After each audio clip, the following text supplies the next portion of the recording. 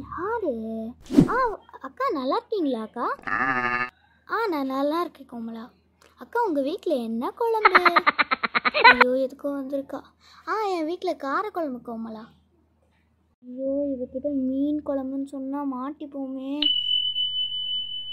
அக்கா மீன் ஸ்மெல் வருதேக்கா.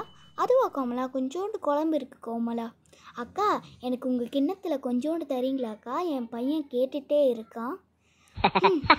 இவளுக்கு தரவே எனக்கு வேலையாக போச்சு. அப்போ எங்களுக்கே குழம்பு இல்லாமல் போயிடும் போல இருக்குது. நான் செஞ்சதெல்லாம் இவ ஆட்டையே போயிடுறான். இந்த கோமலா நீ கிட்ட குழம்பு, மீன் குழம்பு. தேங்க்ஸ்க்கா. அப்போ நான் வரேன். அப்பா போயிட்டாடா.